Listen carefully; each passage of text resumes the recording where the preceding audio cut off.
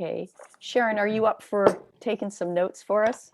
Oh, yes. Great. Here comes Kevin. He is ready.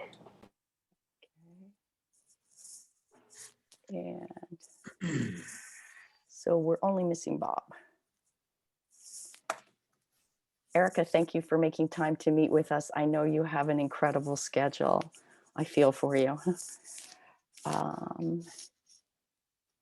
Okay, so we have Tom, we have Dick, we have Liz, we have Kyle, we have Sharon, we have Anne Marie, we have Kevin. Bob O'Connell hopefully will be able to join us shortly. Did anyone have any discussion that they wanted to take up on our notes or our minutes that Sharon provided to us after the last meeting? Looking good. Okay. So is there anything else we need to talk about before we begin our conversation with Erica? Yes, Kyle. I think. If you want to be reminded of why we're doing this, go outside on the beach today. It's just yes. amazing. I had a beautiful walk. Yeah. So should we go around and introduce ourselves to Erica? I know Erica. I don't know how many of you do. So Sharon, do you want to introduce yourself? I don't know if you know her or not.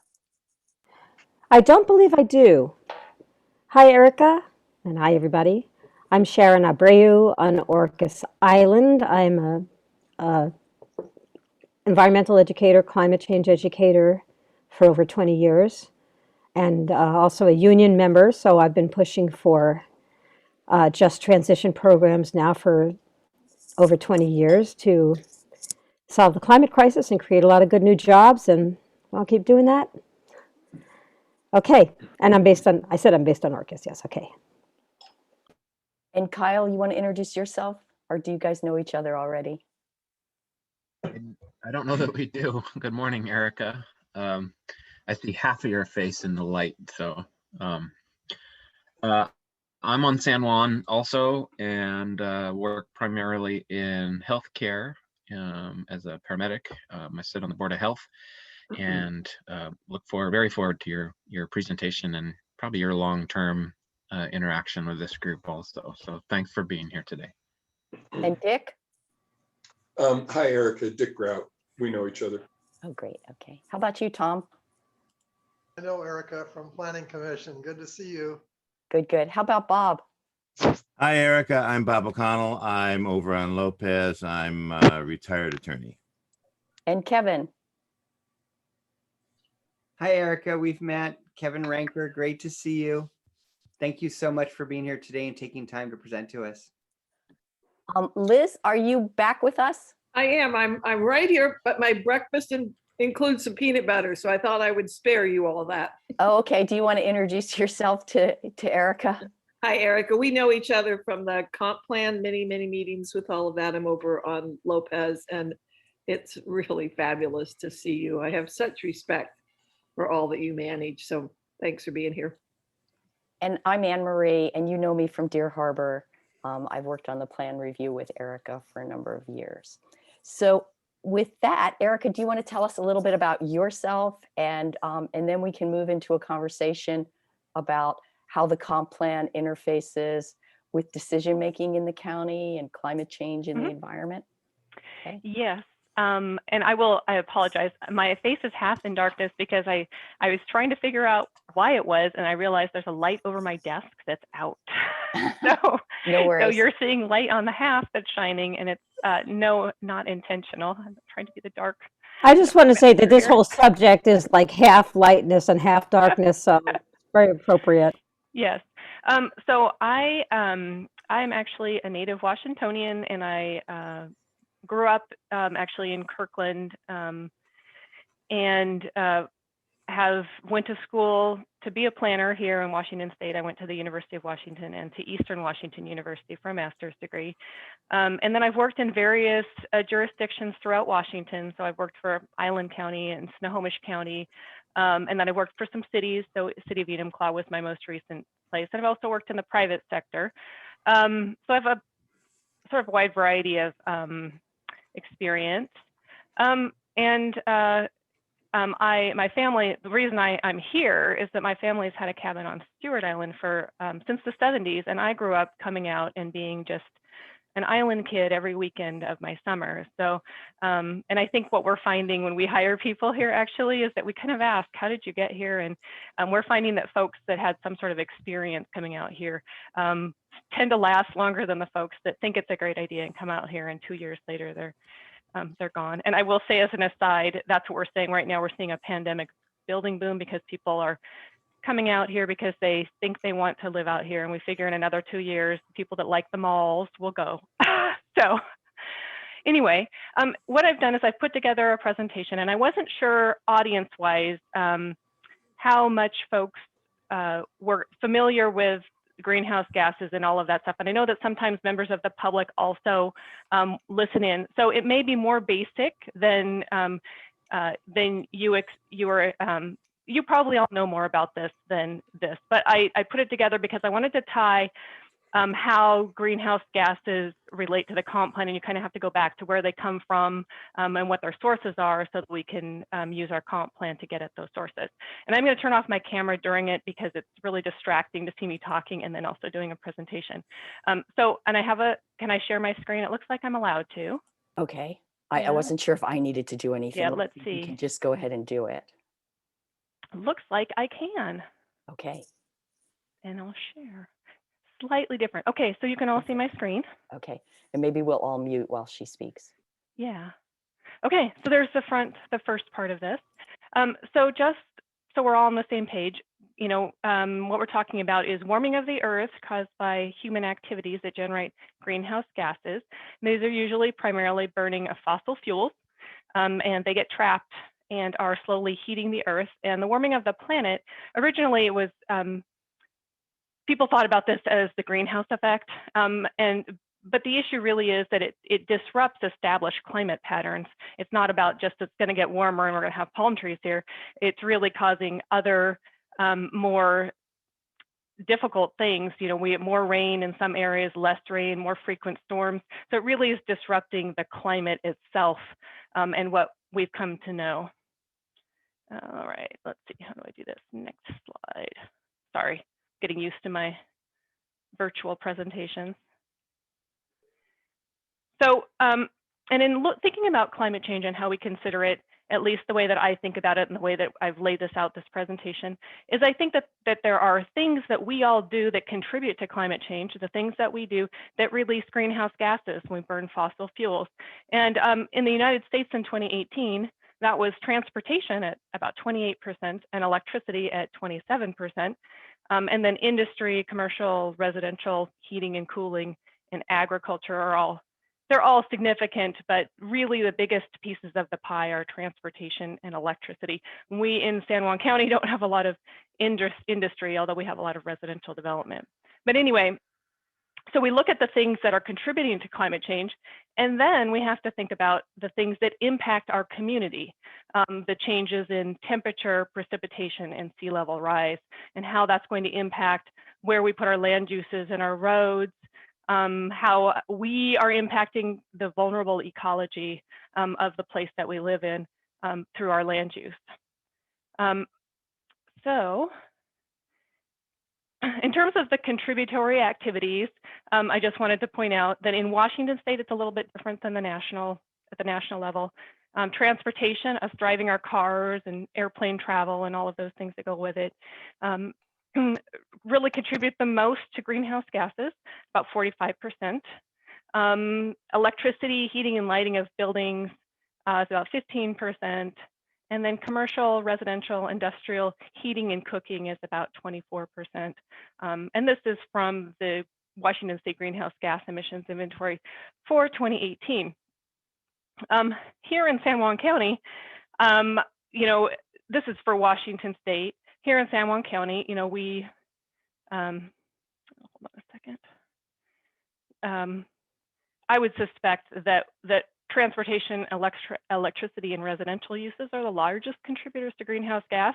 We burn a lot of yard waste, drive cars, ride ferries, travel, and we all heat and cook with either electricity or propane. And I do think that agricultural uses may be a small contributor here, but mostly it's going to be about all of us and our individual choices for transportation and electricity. Our carbon footprint in the Pacific Northwest is lower here because of, we have hydroelectricity generated by dams, but we still burn some fossil fuels to create our electricity. And the dams have other significant environmental impacts, as you're all aware. So because the biggest pieces of the pie are transportation, electricity, and sort of heating and cooling of our houses, those are the areas that we are concentrating on to make the biggest impact and what I focused this presentation on. So in terms of the other piece of the puzzle, so I was just talking about things that contribute to greenhouse gases and things that eventually we'll want to be reduced. Then we have the impacts that we would expect to impact us. So, temperature and precipitation is probably one of the biggest ones. We're expected to have wetter winters, drier summers, less snowpack, and earlier spring melt. And all of this is going to impact our sources of drinking water, hydrology, timing of stream flows, and fish habitat.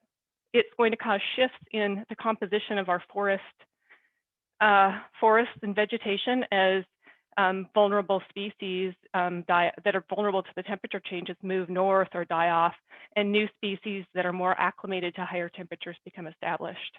And then we also expect that we would see increases in wildfire due to drier summers.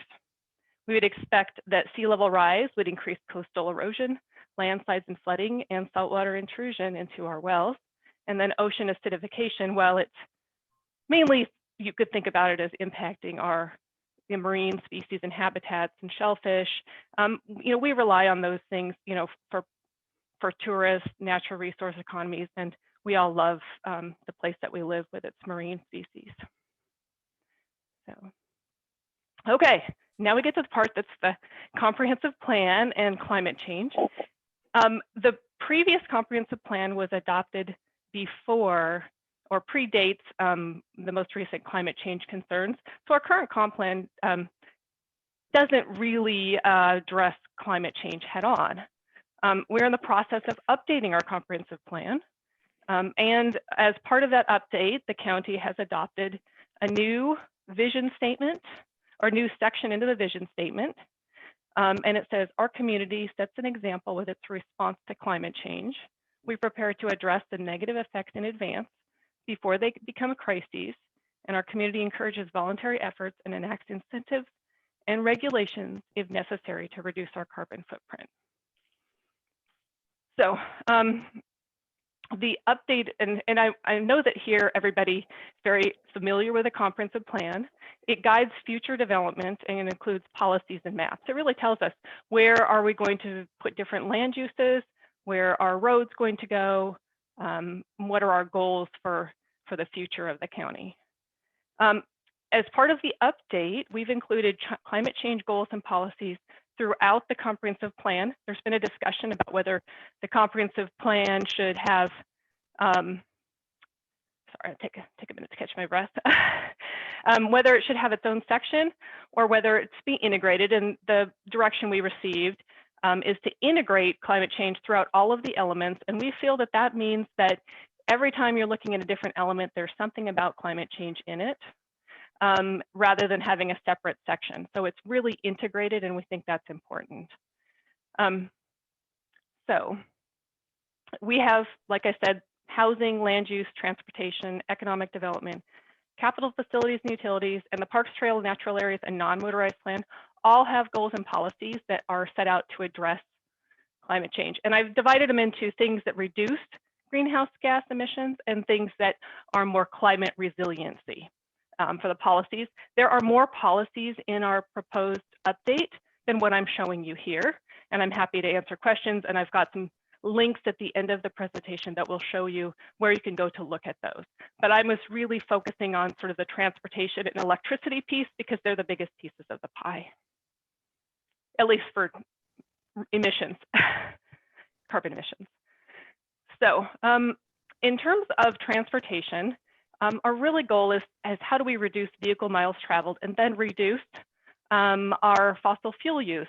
And our policies in the update include concentrating development in urban growth areas, promoting alternative modes of transportation, such as bicycles, pedestrians, equestrians, and electric cars that don't use fossil fuels, supporting electrification of all transportation modes. For example, making sure that our development regulations allow electric car charging stations in, appropriate places. And finally, developing a transportation system that accommodates all non-motorized types of travel, such as bicycles, pedestrians, and equestrians. And I will say the most effective reduction strategy is already in place. We have already adopted urban growth areas where we concentrate urban growth into those areas, which reduces reliance on vehicles. So our higher density folks that are living in urban growth areas can walk or ride to stores and other things. So, and this is really important to think about because throughout the United States, growth management and the urban growth areas and the idea that we concentrate growth in urban growth areas is not a normal thing. That is a thing that's adopted in Washington State and a few other states. So, in terms of things that we do today, there's a lot of things that we do in Washington State that are helpful. So anyway, that's transportation or policies. This is all about reducing sources of greenhouse gases. The second area, electricity. And there are more areas, but these are really, I'm trying to get at the biggest pieces of the pie, and we have other policies in here. But really, we're talking about increasing energy efficiency, and also really talking about supporting development of non-fossil fuel sources of energy, making sure that our land use designations allow for the development and use of renewable energy sources, such as solar panels and wind. And I didn't think that everybody would want me to put one of the big windmills up there, so I've put the old-fashioned windmill up there. And I think it's also important for people to realize that Washington State has one of the most stringent energy efficiency energy codes for new buildings almost anywhere. And we just adopted new regulations. So new buildings that are built today that meet the energy code requirements are very energy efficient. And what we can do on a big scale, all of us, is to make sure that our buildings are energy efficient. Some of the things the county could think about in the future would be retrofitting of old buildings or older buildings, or having some sort of low-income type loans for people to retrofit old buildings, because the vast majority of the electricity we use is for heating our structures. Okay, so the first two slides are really about how the comp plan reduces greenhouse gas, or would encourage us to reduce greenhouse gas emissions. The second part of that is how do we mitigate the things that we expect to occur here in San Juan County. First, and I've divided these into sort of temperature and precipitation and sea level rise. And first of all, in terms of temperature and precipitation, we think that there needs to be, and we've got policies in the comp plan that talk about studying and understanding the actual local impacts of climate change, the social, the economic, and the environmental changes. Because I don't know that there's been a definitive study that tells us exactly. We have bits and pieces here and there, but nobody's really talked about, what do we expect at the local level? I've given you lots of ideas. I expect we will see more coastal erosion, and we'll see more change to our ecology and vegetation. But that's one area. And then we've also got policies that talk about land use patterns that limit impacts on ecosystems and habitat. That's making sure that we impact those vulnerable species less than we're careful when we plan our land uses. And valuing ecosystem services that mitigate the effects of climate change. For example, wetlands help to attenuate flooding and forests sequester carbon. So making sure that we value those things when we have when our policies value it, so that our development regulations will also follow that. And finally, talking about our land use patterns and our transportation system, and making sure that we've evaluated their vulnerability to sea level rise, erosion, and making sure we put new developments or we focus our land use patterns in areas that are less prone to flooding and erosion. So that's kind of what I've put together. So hopefully that gives you an idea about how the comp plan is addressing climate change. There's 4 policies. I didn't feel like I could go through all of the policies in the comp plan. I was just kind of giving you the idea of the big things. The Planning Commission is currently working on the comp plan and climate change policies at their meeting on Friday. You can send comments, or people can send comments to comp plan comments. And then our proposed drafts, I've got links to all of our proposed drafts here. And I'm happy to email those to you or email this presentation to you if that would be helpful.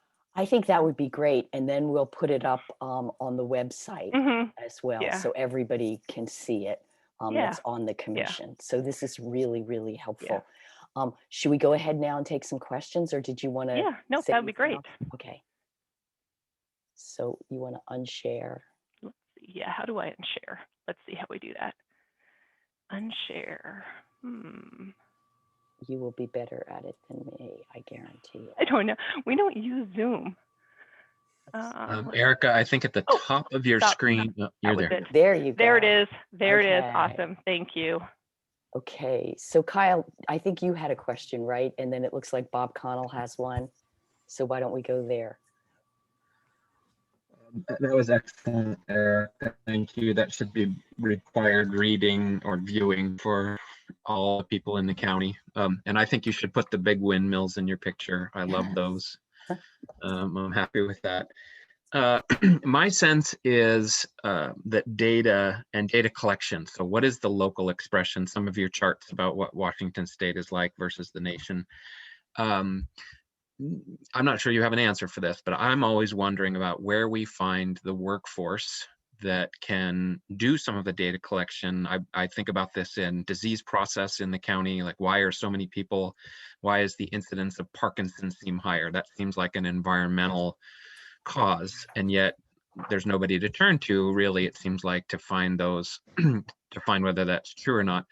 Do you have any idea about who on top of the comp plan could sort of look for those data collectors? You know, I think of the labs sometimes, and the fact that UW is this vast sort of potential resource for undergraduate and graduate research. You know, everybody, it seems like all the workforce in the county are doing a job and a half, if not more. So nobody has time. You don't have space for any more doing, but I think we need to, on top of the structural work we're thinking about, I think we need to tackle that. And you seem like a good, I won't put you on the spot, but it seems like maybe you've thought about this piece and you know, how we address that, because the raw data makes so much difference. Anyway. Yes, I think at the local level, we do have some, we're very lucky that we have Friday Harbor Labs. And we have some local groups. There are some Friends of the San Juans, and some of the other groups are collecting data on marine species and those types of things. But I really think that you would end up having you could either have a consulting firm or a person who goes out and collects the data that you're interested in. And some of the data is not so easy to get at. I know we've heard a lot about water and how this will impact water or water balance on different islands. And we have information for some areas. I think we've got information for East Sound, and we have information for Lopez Village that kind of gives you an idea about how much water there is in, but I don't think that there is anything countywide that gives you an idea about how much water we're using, how much is coming down, what is our water balance. And I don't know that that's like you might have I really think of, when you think of, if you wanted to go into this, you would have a person, a lead, person at the county, a position that, that does that. But then I think you would be funding different studies, because one person isn't going to have the knowledge about hydrology and water and marine and all of those other things. I think that you're going out and you're asking the question of, and having folks or having consultants that give you the answer on some of those issues. For example, we have done some sea level rise and vulnerability studies with the McKay Harbor Road project. If you're not aware of it, it's on Lopez Island, and it is vulnerable. It's flooding today, and they've done studies to move it and make it less vulnerable, to move it to areas. So they've actually done some studies for the McKay Harbor project related to that road project, and that's kind of the example of an individual project to where you get that information. So that's my thought. My thought is you might need somebody, like I don't have staff that I can assign to do that thing, but then I think you're funding studies from experts at the Okay, local level. Bob Connell, you want to Thank go you. ahead? And then Sharon and Kevin. Boom. Okay. All right. Erica, I'm going to ask sort of a human-centric question. I'm getting used to thinking, kind of nature-centric with human beings as part of nature. And when I think about climate change, I basically usually think about how it's going to affect the whole, ecosystem and all of nature. But I know human beings are also interested in what's going to happen to human beings.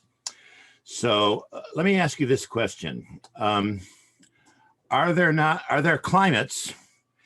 Is there going to be any favorable climate change? Is the result of what's happening now that is turning into climate change going to make things better for some people on the planet? Or is it going to be all the bad news that I've heard about pretty much nonstop, and maybe it is all bad news, but is any of it favorable? So I didn't look to see what favorable things would occur here. I know that globally there are winners and losers in the game, and that there are also probably good impacts or favorable impacts for some people. I just haven't gone through and done the research on those. I mean, because when we think about deserts, for instance, if you're thinking human-centric, you might think, well, we need the deserts to be wetter, but some lizard that lives out there isn't going to want the desert to be wetter. So it's just a different way of thinking. Okay, thank you very much. That's all I have. Sharon, you want to go ahead, and then Kevin? Yes, thanks. I have just a couple of questions. One thing is, does the comp plan, is it including actual plans and timetables for how we are going to implement certain things? Because I know there's been a lot of talk for years about things like bike paths on Orcas, and it just doesn't seem like anything ever happens. So is there a plan for implementation?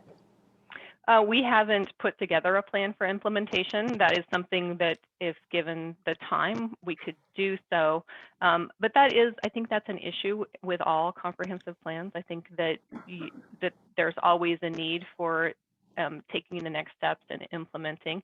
And we've always put a lot of things into our comprehensive plan, and there's always a lot of projects and not a lot of funding for things. And I think that's sort of the issue, is like, I feel like I've been here the whole time and we've just been working on updating the comp plan and not actually doing any of the things that happen in it. And I would like to see us be able to stop updating the comp plan, get it adopted, and then I'd like to see us move into a phase where we actually started doing things in it. From a personal level, I really feel strongly that the more that we can do for bicyclists and doing projects that connect, that allow people to get around other than using cars is really important. And I see it here. It's not easy to ride on the roads here. People drive fast, and there's only shoulders in a few places.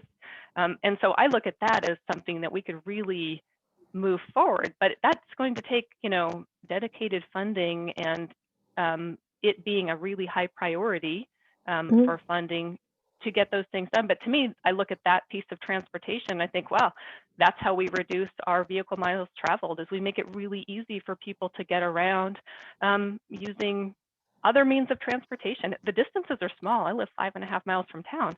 It's just the 5.5 miles from town on Cattle Point where everybody drives 45 and 50 miles an hour. It's scary. So Yeah. My other question is, concerning our grocery stores and like Island Market, we have these huge diesel trucks coming in every day and bringing in, I don't know, 60 different kinds of beer and snack foods. The thing is, how much do we need to be like the mainland in these things? How much do we need to be bringing these huge diesel trucks over? And there's fruit that comes halfway around the world, exotic fruits, and there's fish that I don't think we should be selling because we should be leaving them for the southern resident orcas. There's just so many things that are coming to the island that have such a huge carbon footprint. And I'm just wondering if there's any evaluation of, can we actually eliminate some of those? Would that cause so much of an uproar? So that's probably outside of my wheelhouse as a planner.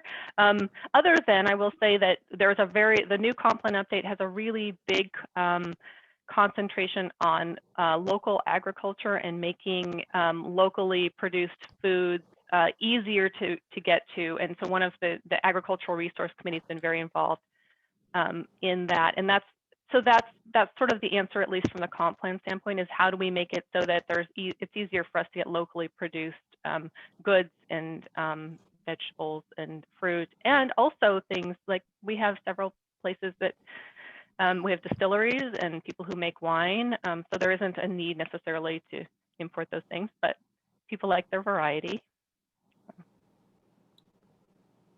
Yeah, I'm just saying it's one of the things that makes us not sustainable. Anyway, okay, thank you very much. Okay, so then Kevin, and then Tom, and then Liz. A few points. And first of all, Erica, thank you. This was really informative, and I really appreciated kind of your immediate focus on it. I wanted, Bob, two things that are supposed to get much better for Washington at the cost of a lot of other things. One is our wine industry will probably go through the ceiling because every single climate projection shows that basically Napa Valley will exist in Washington state, and Napa Valley and California's wine industry is getting way too hot already. They're spending hundreds of millions of dollars on air vents for their vineyards. The second thing is tuna. The largest tuna fishery now in the entire United States is off of Westport, Washington. It migrated about 6 years ago and never went back from Central and Southern California. So there you go. And the tuna fishery, with the waters getting warmer to attract tuna, means that our salmon die, by the way. So a couple points, Erica. One is my main question, which you just raised in responding to Sharon, is from personal experience, I think the comp plan has a lot of strength in our land use maps. That's where I really see the teeth in the comp plan. It says you know, if you're R5, you're not going to have two houses, right? You're going to have one in a 5-acre lot. That sort of thing. It shows where we're going to do our roads, where we're going to have our urban growth areas. And the point you made is really important to underscore, which is that alone is really helping address climate change, because we're adding density in some areas and allowing rural areas to exist. My bigger question, though, is that beyond the land use designations and maps and so on, there's a lot of other aspects of climate change that need to be addressed. And the comp plan, to your point, there's a lot of planning and a lot less implementation, and particularly outside on those other issues. And for instance, looking at the ability of the county to go carbon neutral. That may be suggested in the comp plan, but it's not an action that necessarily comes out of it. So my question to you is, how do you see the county being more proactive broadly on climate change, and particularly through your office? I was surprised when I learned only a few weeks ago that our environmental resource division has been clustered in public works, which for me feels weird because I always thought of planning. That's where we had the ARC, we had the MRC, we had all of your work and people like you who are doing the planning and such. And so between you and Public Works, how is it coordinated and how are we actually implementing some of this vision, or does there need to be another push? So I would say that, at least if I were doing this, I would say you would need, you could fund a position that was a coordinator countywide.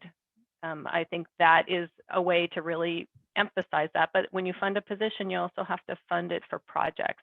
And what I will say about the MRC and being in Public Works is really great at doing projects, like on the ground physical projects that get things done.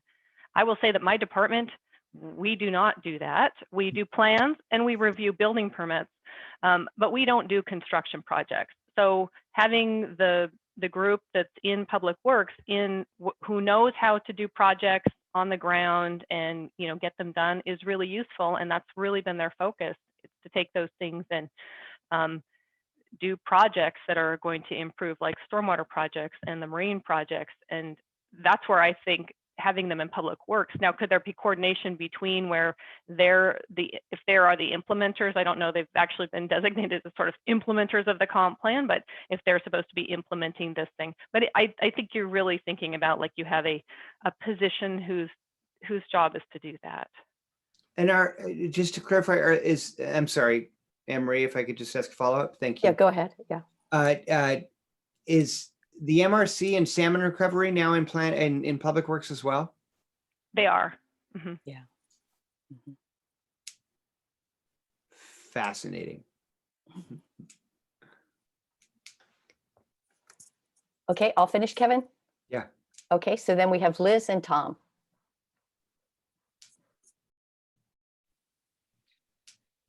Erica, I think my brain is kind of blown. I'm trying to collect my thoughts here. So your sense, I mean, I hear you really clearly about, we have been working on this comp plan for a long, long time, and it's taken up a gazillion hours of your and your staff's time, and you're eager to get to the implementation. Let's start doing this stuff.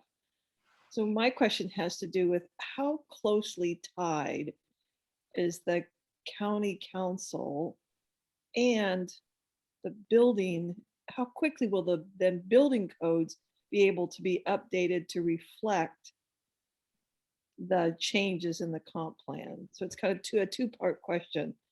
Is county council heeding the changes, paying attention, and how long will it take to update all those things through the system so we see the impact in protecting the environment? So the county council is briefed on our comp plan progress, and we go to them for guidance when we are going through it. So they're aware of it, and they were the ones that adopted the climate change section in there. When we adopt the comp plan, we will adopt map changes necessary for compliance. And after that, a lot of the changes would be code amendments. If we, especially around sort of, solar power and those types of things. Those I guess, allowing different land uses to have solar installations and things like that, and having standards to make sure that we have competing interests. There's the idea of all these solar installations out there, and there's also a need for us to protect our rural character, and there's a balance between the two. But that's the next stage. The next stage is going through and making the changes to the regulation to make it consistent with what we're putting in the comprehensive plan, and that starts. Some of it we do as we're doing the comp plan, but some of it's a bigger issue, and we'll have to take projects, through on an annual basis. Our staff, I can probably do 2 big code changes a year if I don't have a comp plan with the staff that we have. So it's really, that's the next step, other than sort of the maps and the land use designations. Those things we're about to start talking about those in the next couple of months. Does that make sense? I know I feel like it was kind of all over the place. I apologize, Erica, Yeah. because I think I asked you a very convoluted question and collapsed 2 questions and tried to separate it and just excuse me, but in terms of delays, I was thinking, say that the comp plan is signed, sealed, and delivered, then we have this whole, what's going to fall on your office to change the building codes to go along with that. And what sort of delay is that going to look like if your office can do 2 major a year? Are we looking at another 5 years before we're really living those values? It could be. And I think when you say building codes, you're talking about the land use regulations. So our office, we do building codes which tell, which are adopted by the state. And those building codes tell builders and people building specifically how to build their structure, how to build it. And then we have the land use regulations, and those are the setbacks and where things can be located. And so I think you're talking about the land use regulations, like where land uses can go, whether or not agricultural, touristy agricultural things can happen on ag land, that kind of thing. Yeah, and I mean, I see the whole issue of enforcement of current laws, just to collapse in another subject. So, you know, he's not supposed to be able to take down more than 15 trees or something like that. And I see people plowing down, you know, hundreds of trees. And so who's enforcing that? Anyway, I think my frustration is getting the better of my ability to form a question right here, because the idea of waiting another 5 years and having the disconnect that goes on between not knowing our water carrying capacity and the continue to build out, it's like, it just feels like we're so behind the ball. And I'm lecturing you here instead of asking a question. So let me stop for now. And maybe I would just ask, you know, what is it that keeps you up at night? Building permits that take 20 weeks to get approved. We have, that is that. And I also don't sleep because I need to get a comp plan done. And we're about to go forward and talk about land use maps. And land use maps are very controversial. And we have a lot of people that ask us for things. And then it's a very, there's people on both sides. It's a very polarizing issue. So I think about, I think about climate change in the bigger scheme of things. But I will say that here in San Juan County, we already are doing quite a lot. None of us here really are commuting great distances. We are very aware of, well, I will say that, yes, I will say code enforcement is something that keeps me up at night as well. You know, there are a lot of people here who do not value the place that we have. And when it comes to trees, we have very few. We have regulations in the shoreline that protect trees. We don't have a lot of regulations elsewhere that protect trees as sort of a carbon sink. That's, you know, you can go do a logging permit. We protect, in the comp plan, we protect commercial forests as forest resource land. But those protection for forest resource land does not mean that you're keeping those trees as a carbon sink. It means that you're managing the forest for commercial purposes, which mean you cut and plant and you cut and you plant. And so when I think about at least that issue and cutting trees and those types of things, I think about how can we incentivize people to value those things. And one of the ways that I think about that is through we have a public benefit rating system. And that public benefit rating system gives people a tax break for protecting certain things that we value here. But like this goes back to it. It doesn't protect people for just maintaining mature trees. It protects ag land, and it protects vegetative communities, special communities, maybe wetlands and things like that. But there isn't right now. So when I look at what we're doing in the comp plan, and we're talking about valuing trees for carbon sequestration, and I think about the code change that would entail, I would think about that going to that public benefit open rating system so that we actually put our money where our priorities are, and we think about whether or not we give people a tax break for protecting trees as a thing for them versus a commercial thing. Yeah.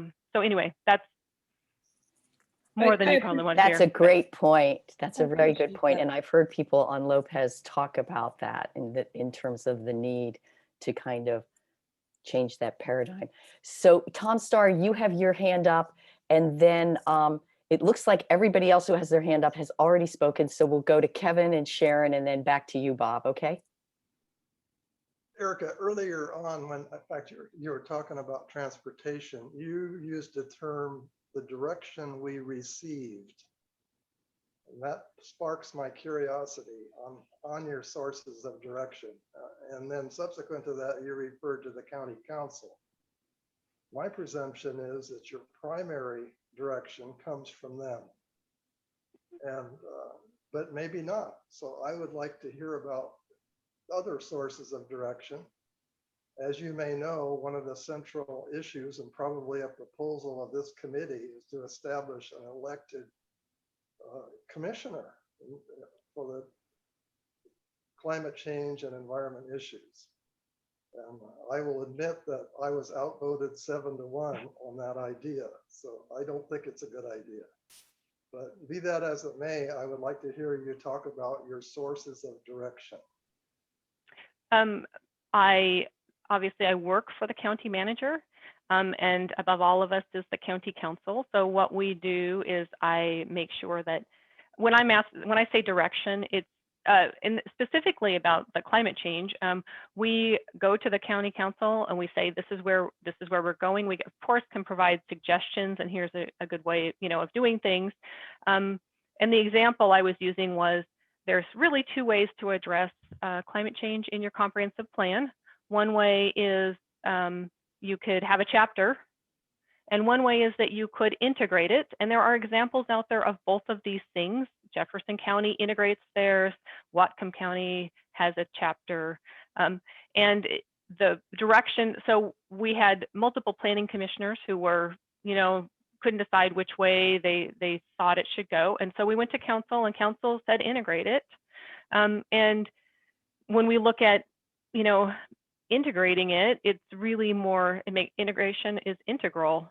Every chapter, you're considering it in every chapter as you walk through. But that's what I mean direction. When we have planning commission, or we have members of the public that are coming to us asking us to do things that are sort of outside the scope of work, our scope of work is set. A county council says, this is your scope of work. We adopt the scope of work, and then we work along, and this is what we're doing. And we bring decision points to them. We've brought decision points to them on the question of, farm worker accommodations and all of the other sort of issues that we've been talking about. And they give us the direction, we want you to go this way.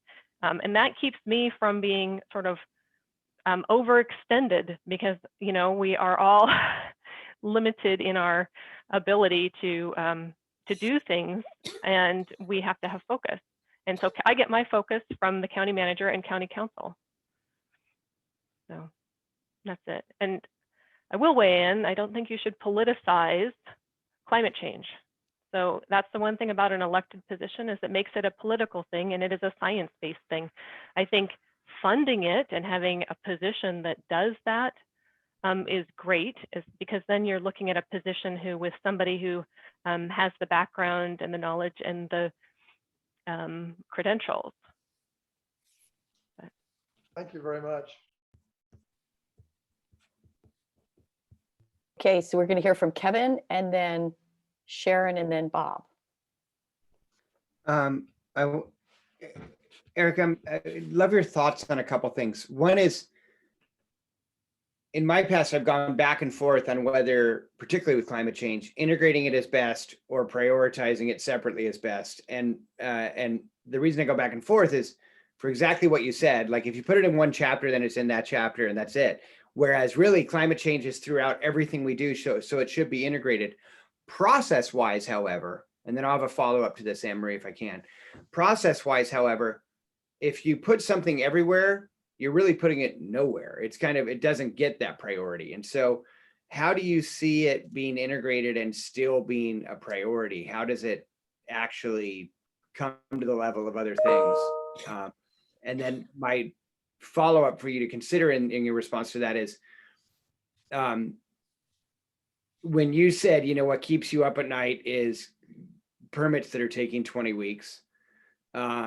We asked the same question of folks at Public Works who are doing the environmental work, and they're talking about, it's road projects and culverts and such. My concern is that the main function of planning and permitting is planning and permitting. The main function of Public Works is roads, culverts, and capital projects. None of those prioritize necessarily climate change. So how do we raise that up when where you need to spend a majority of your time is making sure that comp plan gets approved and then you go back to the permitting? So I guess we have to think about, first of all, the comprehensive plan. Its number one priority is not necessarily climate change. It has multiple priorities: housing, land use, planning for growth. All of those things under the comp plan are sort of equal in looking at it. And the way the comprehensive plan gets implemented is by funding capital projects through a budget process. And so the way that say climate change gets prioritized over other projects, say affordable housing, I mean, you're making choices here, is through your elected officials. They are the ones that set the agenda, and they're the ones that give direction on, where to, where to put your funding, and what projects have the highest priority. So that's where, I think it's, when you look at the comp plan, it has multiple things it's trying to accomplish. Yeah. And Anne-Marie, if I may. Thank you. Yeah, my follow-up is exactly that. And it's funny, I would make the same argument you just made and then wind up saying that's why we need an elected climate commissioner, because my feeling is that with the county council, if the buck stops with them and it's an appointed position, or take it out of the position, just say that if climate change is a priority, it's one priority for them. And they've got the public works priority, the roads, the culverts, they've got planning and so on. They've got economic development and so on. And so when it comes into them, my concern now, after several conversations, is that they don't necessarily have a voice. Like the elected officials who will ultimately make the decision have too many priorities. And if it's an independently elected official, they have the ability to stand up and say, I'm an independently elected. I don't have to listen to you. Here's the climate priorities for the county. Does that make sense? Yeah. Okay, so we're going to hear from Sharon and then Bob. Thanks. I just wanted to say to Erica, thank you again for the presentation. I really appreciated how you went into the basics of climate change, because we still need to do that for people. It provided a good framework for this discussion. Just want to say one thing on ocean acidification. I would drive home the point more on how serious ocean warming and acidification are. I mean, in terms of human interests, what we think of as our human interests, like breathing oxygen, and the ocean and the algae's ability to produce oxygen, I would make a little bit more of an issue of that, just from my perspective. Thank you very much. Mm-hmm. Okay, Bob.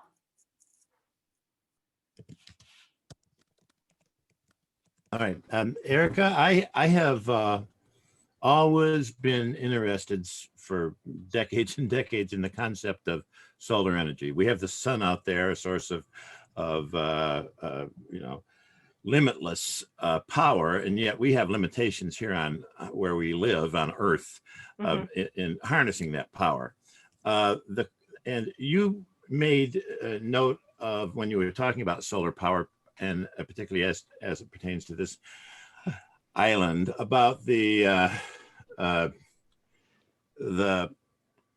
different, heading in two different directions, the idea of collecting that solar energy and maintaining our rural character here. And I assume that made reference to the very unnatural looks of the devices we have come up with to collect solar energy. Now, I mean, we all see that and recognize it. My question to you is, are you aware of any research that is being conducted, and probably the other folks here all are, and I'm not, but are you aware of any research being conducted to miniaturize or otherwise change the appearance to more favorable and what would be a more popular appearance of devices to gather solar energy? I am not. I am convinced that, well, I think the rooftop ones are pretty innocuous because they sort of blend in with your roof anyway. But I'm not aware of folks working on the aesthetics of it. I would assume it's kind of like cell towers, you know, how many, they've got cell towers that look like trees now, that eventually it will get there. But I'm not aware of anything right now. I mean, it's because it seems like a silly thing to concentrate on, and yet acceptance of solar energy may, may hinge in part on that, on an idea like that. I mean, you brought it up, the difference between the rural character of the island. Anyway, I just have a concern about that. Thank you. And Kyle, you have a question. Thank you, Madam Chair. Erica, do you have any sort of off-chart ideas about popular or unpopular, about where to find funding? You know, we're talking about potentially adding a position, and I can appreciate that, you know, staffing for you is challenging. You'd probably love more FTEs. Where do we look? I mean, are we not taking advantage of something that is right before our eyes? I mean, most people say we're kind of tapped. We have entire departments that seemingly work on grant funding. So there are very few, you know, assurances there. What are your ideas? Well, you know, grants typically come from the state or federal government. I haven't looked into what funding is available for climate change. The state has been talking about some legislation that would add a climate change element to comprehensive plans, and they would probably provide funding for us to do that. But that again is another document position. It's not a doing position. The answer is I don't know. I would expect with the new federal administration that there will be more opportunities for those types of things for us to do more. And in fact, I think there's even talk about infrastructure projects now through the federal government, through the COVID relief, that might actually be something we thought about in terms of they may be able to fund more bike paths or shoulder widenings and things like that. Great. That's okay. Any other questions for Erica? Erica, do you have any closing thoughts you'd like to share? I know we would love to have your presentation, so you can either send it to me and I'll send it out to everybody. That's probably the easiest way to go. no, just because I worry about building permits in my sleep. That's because that's the most immediate thing. Doesn't mean I don't worry about other things. Totally. Yeah. Absolutely. No, Ocean acidification is the scariest. We do understand, really. Yeah. And, you know, those of us that have sat through the county council meetings know and feel your pain. So, you know, because of your workload and everything. So I really appreciate you taking the time to meet with us today and to really share so much with us. I think it was really, really valuable. Thank you. Great. Thank you. Okay. Thank you, Erica. Okay. Bye now. Okay. We have some, next on our agenda, we have new business. And I had like 3 items that I had put down. The first was at the town halls, we heard quite a bit about build out analysis. And Kevin said that was going to come to this committee.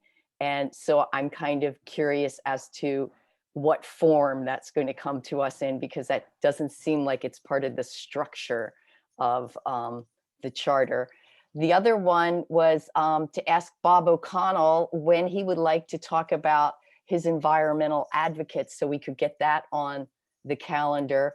And then Dick Grout sent out a really great article from Bloomberg on kind of the costs associated with, I like to think of it as not doing anything about climate change. And so I kind of just put those out there for you. Comments?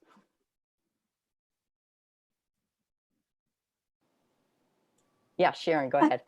You know, it just occurs to me that what we just, I want to talk about all of those things. And it just occurs to me that what we just discussed with Erica is maybe time for us to discuss how we might engage with the county councilors. I have some concern about this council being able, acting in the way we would like, and I don't know what we can do about that, but I know that Christine Minion, I listened to her in the League of Women Voters town halls, and she just kept saying she wanted to learn about issues. She wanted to learn about issues. So I think we really have an opportunity to educate there. Thanks. Okay, Bob. About my proposal for an advocate for the environment.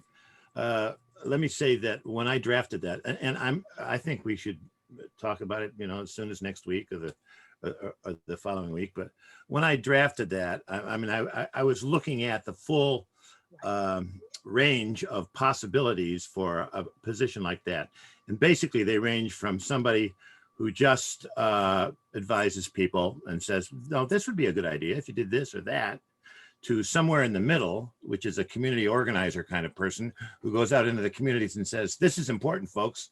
Get to your county council about this or that, and maybe even comes up with some ideas, all the way over to somebody who has some power and authority and who can say, I know how important the council is, but this is a shakeup. This issue is so important that we need a person with some legislative and or executive authority, not that they would wipe out the authority of the council at all or anything even closely approaching that, but have some power and authority. And I opted for the last one, and I know it's extreme, but you know, the problem is extreme. So you know, that's where I come from on that. And I hope that we can address that sometime soon, because we have to kind of find out where we are on that scale as a group, what we like, what idea we like as a group. Yeah, I like that idea of kind of making sure we get that as one of our future agenda items sooner rather than later. Kevin, you wanted to say something? I wanted to follow up on a couple thoughts I had based on the presentation we just did. And so I don't know if now's the time to do that, or if you want to do that under. Probably now is as good a time as any. Okay. One thing that came up to me was there was a comment made that, you know, we don't commute very much. I actually have been shockingly surprised at how many miles I put on a car living on Orcas Island. It's almost 20 miles to town. If I take Elsa to a play date for her friend, it's shocking, but you can actually drive for an hour on Orcas Island and not fly off into the water. And so I actually do think we drive probably more than a lot of people in the city who actually have less room between their destinations. The other thing for me is, I think something I'd like to see our subcommittee discuss is how the county can lead by example. And that's not just putting solar on new buildings. Like, I don't know when the last time the county built a new building was, but it hasn't happened in a while. But it's going back and retrofitting existing buildings. Plastics are also a huge part of climate change. And so how the county deals with plastics is another issue. The other thing that struck me is something that's a conversation with the sheriff, which I brought up with the previous sheriff once and was laughed at. It is shocking to me that our sheriff deputies don't park their cars and ride bikes in at least East Sound, Friday Harbor, and Lopez Village, or get out of their car and just walk. It would be a great example. It's also, there's a whole community benefit to that, where cops become just real neighbors and someone you just talk to on the sidewalk. I haven't seen a deputy out of their car ever, actually, just walking. And so that's not necessarily, that's more of a policy that the charter wouldn't get into, but the broader discussion of how we deal with climate change starts to get down to that level of minutia. My biggest concern from the presentation we just had is that there's incredible people like Erica doing incredible work. The implementation side of it, I think, is going to be lacking until we have somebody designated to say this is the priority.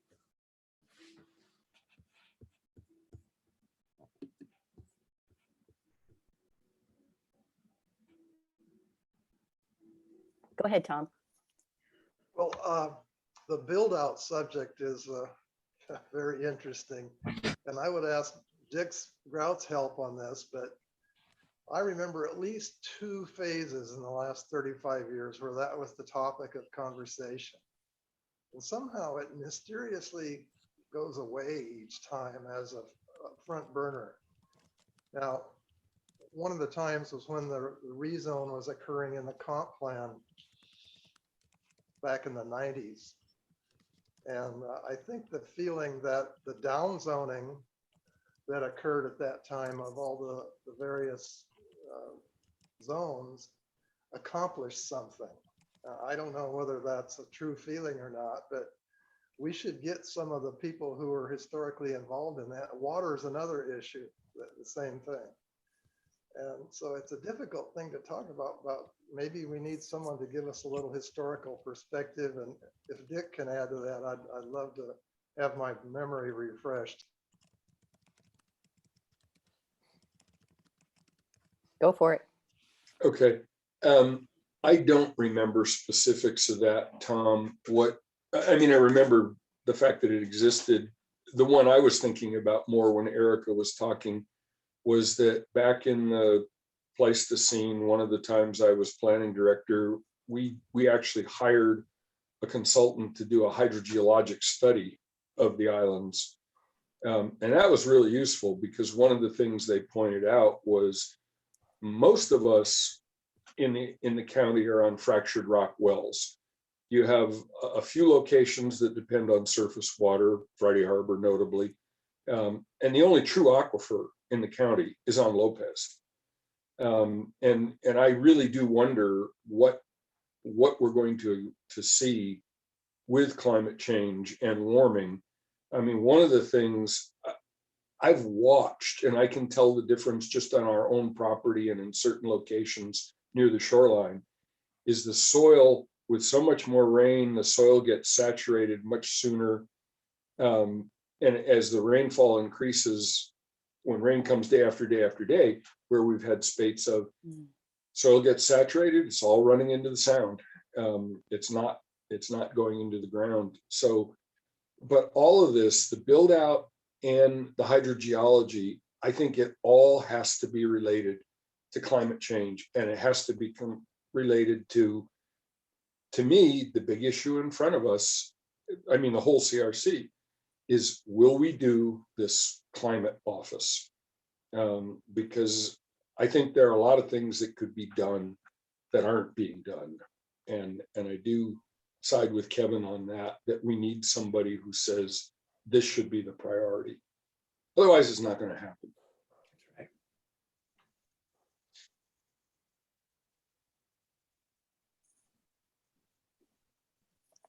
I was just taking some notes. And I know that Liz Lovelet has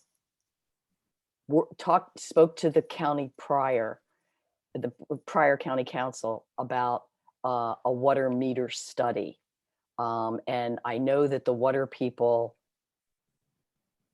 in the county government have made presentations and are supportive of it. And the previous county council was supportive of it. But with everything that was going on in the last term, the bill passed, but the governor didn't sign it. And the intention, it sounds like, is to bring it back again this round or as soon as we can. And it's our island and another one of the smaller islands off of, I think it's Grimes, that would be included, and USGS would be doing the study. And they've come back to the county on the water system, because that's the only way we're really going to get a handle of the baseline that we're at right now. But I think these are all really good and important kind of things that we need to be shaping the agenda around. We talked last time about reaching out to 2 of the attorneys with Cascadia who had been EPA staff or directors. Kevin? I spoke to Jay Manning, and he or Maya Bellin will likely be willing to present to us. He and I are supposed to have a conversation today to talk about kind of what that would involve. Okay. But I think, and beyond that, I think their advice to the CRC as a whole on how we can be more bold, kind of legally within the charter, what can we actually do, is another conversation I've started with them. Okay. So if do you think they'll present next week? I'm not that far along. You know, what would be helpful though, is if you or other members of the subcommittee have specific questions you'd like them for us to address for us, if you could send me a quick email just saying, here's a question, so that I can share those with him and he can decide if it's him or Maya or Dennis McLaren now is of council there as well. Dennis McLaren was the EPA Region 10 administrator under Obama. And so there's a lot of talent in that one firm. They've pretty much grabbed everybody at the state or federal level. Okay.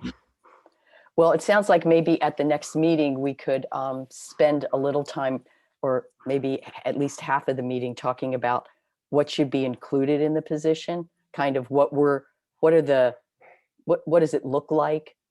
So we start firming that up a little bit, or the office, I guess I should say, since the elected versus appointed seems to be a little more mushy. I did think it was great at the two town halls. I just did like a little, counting of the notes that I took, and it sounded like 23 of the comments related to climate or the environment, and yet, and still another 12 specifically related to people saying, I support the Bill of Rights for nature. And I just thought that was kind of interesting information to have. Yes. I was just going to say that, and there's a direct connection between those two. In the second meeting on Saturday, Bill Apple and I had an exchange, kind of a back and forth, positive, where for me, the way that climate position gets strength is they are mandated under the Charter's Nature Bill of Rights. Okay. And Sharon, you wanted to say something? Yeah, my hair stood on end when somebody talked about nature as inanimate objects. I was like, ah! But, I just want to say, we talk about the rights of nature. Some people look at environmentalists as caring more about animals and trees than about people. That is not true, I would say, in 99.9% of cases. This is something we see as part of our survival, our part of living systems. It's not them or us. We are all part of these living systems, and we benefit greatly from this nature. So it's not we're trying to deny people rights because we think nature is more important. It's not an either-or situation, but it is. We have to look at the impacts that human beings are having, and ask, what are our priorities? What are we willing to do? I am going to step away and call Barbara and make sure she can get in to the meeting, because I don't have her coming in yet. Okay. So you all can, Marie, do you want me so you can I can call her? Sure, that'd be great.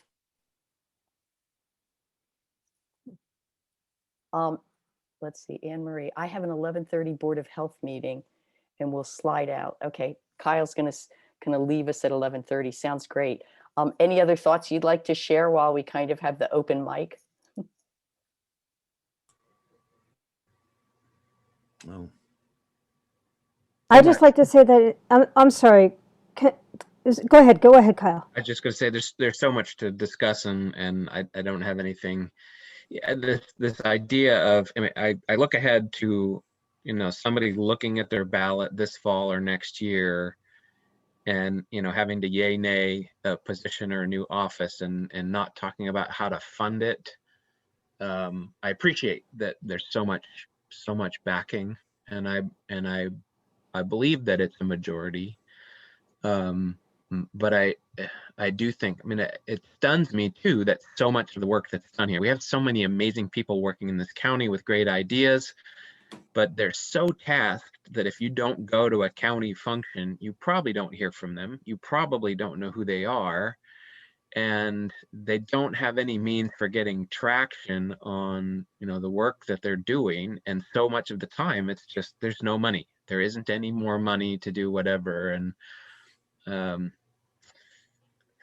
don't know how to get around that. I guess you don't, but I am thoughtful that there needs to be some. And I was going to ask her. I don't know if there's any money through shipping and this is a conversation to have with Kevin offline, I guess. But where can we be creative? Where without a parallel tax increase? Where can we answer this problem?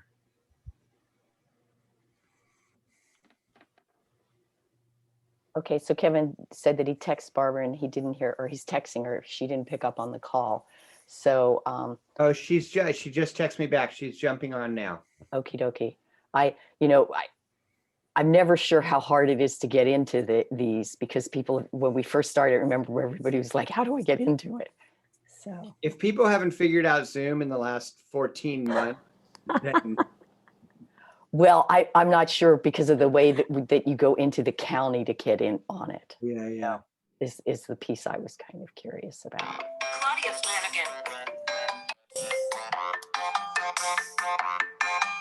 Sorry about that. Can I bring up one more point while we're waiting for another minute? Just to say that I think that the whole climate change problem that we're working on here has a huge opportunity for transforming our economy in San Juan County and just pushing, I've been focusing on job creation and just transition programs for the last 20 years. And that comes from the international trade unions that were pushing that at the UN 20 years ago. And to see the conversation slowly getting off the ground in the United States is encouraging, but it's still slowly getting off the ground. But we could create a ton of jobs, and energy retrofitting alone would be huge here in the county and across the state. I would say to Kyle's point on funding for a position that I already have several ideas. The piece, however, is going to be that the county will need to fund things up front. Because it will take about 6 to 9 months for different grant opportunities as well as private foundation opportunities to come on board.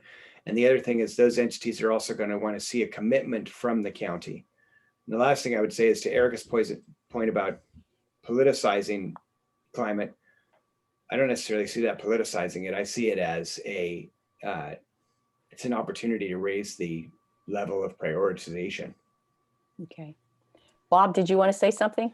Yes, two things. The more that when we create this position, the more that we push the envelope and break new ground with it, probably the more opportunity we'll have in fundraising with foundations, et cetera, to attract their interest in the support of something that is groundbreaking and can be an example out there. And the second thing is, as some of you know, other committees, have been discussing the idea of putting together between the assessor and the treasurer and the auditor, eliminating at least one of those positions. And I know we're not supposed to do it with the idea of just saving money, and I don't think we ever would do it with just that idea. The result could be, if it were structured the right way, and I know a lot of people are saying, well, it still costs the same, blah, blah. But if you would structure it the right way and just take one part at the top and remove it and then split the other jobs up, there could be money for another position. I also know that you can't just create the position of the advocate for the environment. There has to be some backup, right? And that is going to require more money. But I think pushing the envelope is the possibility, does present the possibility of bringing in some grant money. Great. Okay. Barbara has joined us, and I thought maybe we'd do the same thing again. I don't know how many of you know her, but she's my neighbor, and I'm very proud of all the work that she does in our community. So Barbara, do you know Bob O'Connell? I thought maybe we just go around and introduce ourselves, and then you can tell us a little bit about yourself, and we can talk a little bit about your experience in county government as the lead entity for the coordination of salmon recovery. So Bob, you want to introduce yourself? Yeah, Sure. to get introductions. Thank you. Sure. Hi, Barbara.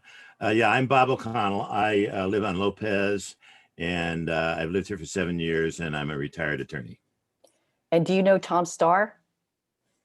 I know the name. That's Okay. probably, yeah. Hi, Barbara. Nice to meet you. I'm a resident of San Juan Island for 50 years now. And I've been a county commissioner and a planning commissioner, but my main, I was a land surveyor here for 35 years. So Right. welcome aboard. Thank And you. Liz, do you know Liz Lafferty from Lopez? Okay. Hi, Barbara. It's good to meet you. I don't think we've met before. I don't think so. No. Yeah. Representing District 3. And do you know Kyle Davies? Again, the names are familiar, but yeah, not putting faces. Yeah. Morning, Barbara. Kyle Davies. I live on San Juan Island, and I work as a paramedic here. And I'm sorry, I will watch the recording. I have a meeting with those folks in about 10 minutes. So thank you so much for coming to talk with us. And Dick Grout is here, also from San Juan. Hey, Barbara, we met during the Lisa Byers campaign. I don't know if you remember. And I was planning director here twice, and I live on San Juan Island. Yes, I recall. Thank you. And we have Sharon Abreu. Hi, Barbara. I've known Barbara for several years, been together on quite a number of salmon recovery events. Good to see you. Thanks for being here. Yeah, thanks, Sharon. And last but not least, Kevin Ranker. But at least, yeah, okay. Yeah, go ahead, but least. Hi, Kevin. Hi, Barbara. Okay. So I'll just dive in, I guess. And I think that'd be good. Just I'll kind of just- tell us a little bit about your experiences. Yeah. Okay. Yeah. All right. So I was the lead entity, which is an awkward name, but we don't need to go into it, for salmon recovery in the San Juans for a decade. And in that role, I started out as a consulting position, and then everyone decided, well, gee, that doesn't make sense because the position's going to be long-term, should be a county employee. So then myself, and at the time, the Marine Resources Committee coordinator, was also in the same situation, and they moved us into the county, and I don't think they frankly knew what to do with us and where to put us. So we were put into the planning department at that time, and remained in the planning department, I think, until that position was moved eventually into public works, along with some other natural resources efforts. It was kind of an awkward fit because the position was primarily funded through grants. So it was federal and state grants that primarily funded the position. The intent originally, when the lead entities were created, was that it would be like a third, a third, a third. So the local jurisdiction would contribute a third of the funds, the state would contribute a third of the funds, and then the federal government would contribute a third of the funds, because this was in recovery of a listed species, Chinook salmon, the Puget Sound Chinook salmon. What did not happen was the funding from the county. So it made it kind of awkward because I was an employee, but then I was state and federal grant funds. And it just felt like at the time, the county never took any kind of ownership of the position. And as this was also during the recession, part of it, and when funds started to decrease, and trying to make ends meet with a position was challenging, and asked that the county try to step up in some way, which I know was challenging due to the recession. But bottom line is, I think there was 1 year where they provided any funding for the position, and other than that, they never did. And then on top of that, they started taking indirect costs from the grants, which I totally understand and makes sense, but I didn't receive much, frankly, for that. And then when it came to the point where the position was really tenuous, it was awkward. The county didn't feel like they needed to save it or protect it, and the state was trying, but they didn't have money, and it's just kind of everybody's pointing fingers at everybody else trying to make it work. So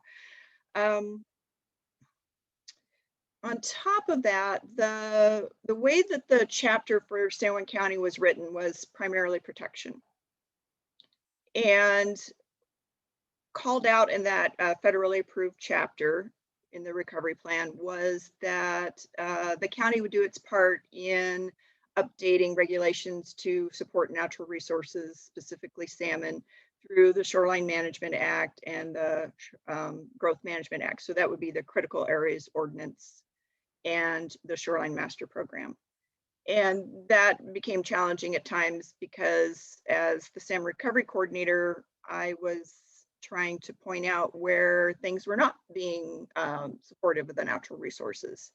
And it got very politicized and it got very nasty in a lot of ways from the community.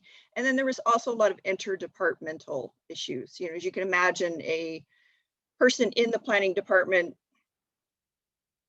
criticizing the planning department is definitely an awkward situation to be in. So I think the position itself, I think, was fantastic. I loved it.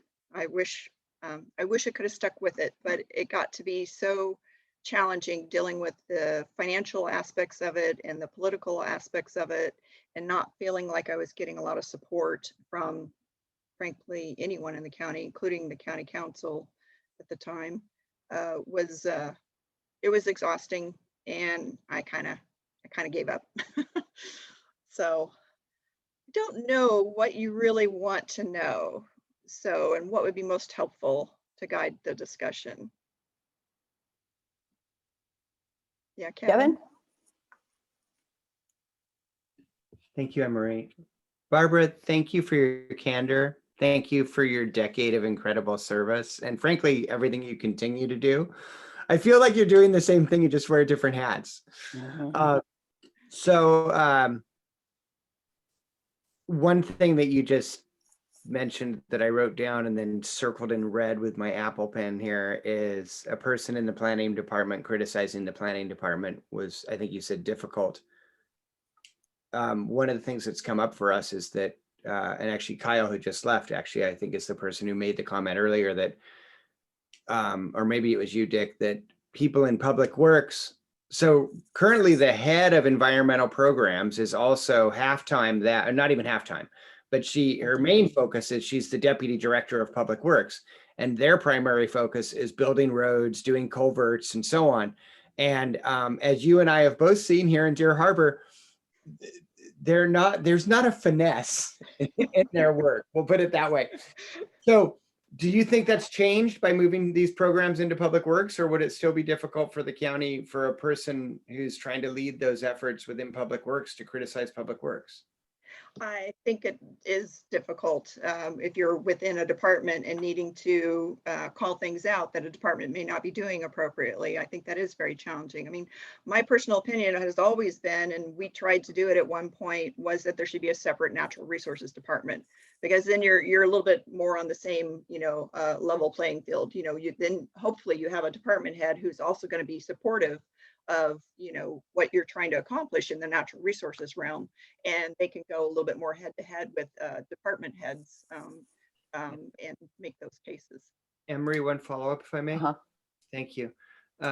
So do you think that's different then between a department head and having to go to the county council, who has their own agenda and their own priorities too? I'm not sure what you're trying to ask. There's a difficulty between a staff person within public works criticizing public works. If there's a staff person for the county council or the county manager, they happen to be a department head, but they're still criticizing the county. Isn't that the same relationship? Oh. It's just elevated up a tier. I see what you're asking. Yes, potentially. I think that's yes and no. I think anytime you have any of the departments in the county, they tend to generally be siloed. They tend to have their own, issues that they're dealing with and their mission and what they're trying to accomplish. But when you get into the natural resources, as you're alluding to, whether this is the climate commissioner or anything in natural resources, it crosses, so many of those quote unquote silos. And it does make it challenging to figure out what is the best mechanism to encourage, support, point out when natural resources are suffering in the work that different departments are doing. And I don't know what the right answer is to that. I think that's a really, really tricky, but a fundamental issue that needs to be resolved. And I'm not sure, frankly, how successful it's been in other counties. I think King County is probably an example where the departments, I guess the Natural Resources Department is large enough and strong enough and supported enough that I think it can make a difference. But again, it's, I'd love to have that conversation with some of the counterparts that I had, around the state, kind of with this, backward looking lens. But frankly, I haven't had that conversation. Okay. Liz, you wanted to say something? Barbara, could you just give me time frames for your journey with the county? Yeah, it was probably an especially challenging time because I was hired in 2005 and I retired in 2015. I think it was especially challenging time because we went from a board of county commissioners, then we became a charter county, and then we had 6 county council members, and then we went to 3 county council members, and then on top of that, I know in the planning department, I think I had 4 planning department heads while I was there. And then at the same time, we also had about 4 or 5 county managers. So it was a super weird, frankly, time where a lot of extensive changes were occurring in the county. And there was a lot of instability at multiple levels, and a lot of, frankly, people who were coming in and being new in various ways and not really knowing how to handle, especially something like the Marine Resources Committee and the salmon recovery work, where it was kind of like this an appendage that was sitting there, and everybody was always trying to figure out how do we incorporate this? This is this thing that doesn't look like everything else. Emery, can I make another comment? Sure. So I'm just wondering here, I seem to be in a very philosophical mode today. So I was just thinking about, isn't that a great analogy for where we've been as a culture overall? That this whole thing of the urgency of awakening, of embracing, was this appendage that we didn't really quite know what to do with. And I was just thinking about, if you were to get hired and do that journey that you did then, if you were to do that now, how different that might look. And I wondered if that was your sense as well. That is definitely my sense. I mean, I think now there is more support. At least in the last few years, I think the county council had matured enough and understood aspects of the role. It'll be interesting to see with 2 new county council members how that plays out. But I think once they kind of matured in the position, I think things became different. And I know, frankly, and again, I'll be very candid here, one of the county council members apologized to me personally and said, I was wrong. I was wrong in the way I approached, what you were doing. I was wrong and if I had anything to do with your leaving, which of course they did, I'm sorry. So I did appreciate that. I mean, I think things have changed. I think also the other part of it is, I think the public may be a little bit more aware and and more supportive of the issues surrounding natural resources, which at the time we had a much more organized anti-environmental groups, very active and very much having the ear of certain council members. And it was, it sowed a lot of the distrust that was occurring also, because it seemed like a lot of entities in the county were listening to the organization, I'm trying to figure out how to say this without getting too, yeah. Anyway, they were very organized and they had the ear of many council members. I'll just put it that way. I'll just leave it there. Yeah, thank you. So Barbara, we're talking about a department or an organization that is going to go across almost every one of the county departments. Is that a realistic thing to think about? You know, that an entity is going to be able to impact all of those different It's, arms, silos. yeah, I'm not, again, I'm not clear how it's been done in government, but I mean, a lot of businesses have this role, you know, where there are entities that need to cross different aspects of the business. And they can successfully do it as long as you have, again, the kind of the head of the organization, you know, supporting that effort. And in our case, it would be, you know, like the county council, potentially county manager, depending upon where the position resides within the county infrastructure. And then also for government, it is getting that public support and having them participate in making sure that those aspects that are trying to be across jurisdictions, so to speak, get supported and bug people in the government to do that.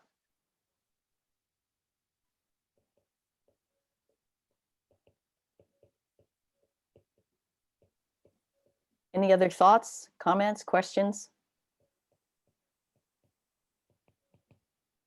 Yes, Sharon. Just resonating with everything Barbara is saying. Yeah. I just, Yeah, Kevin.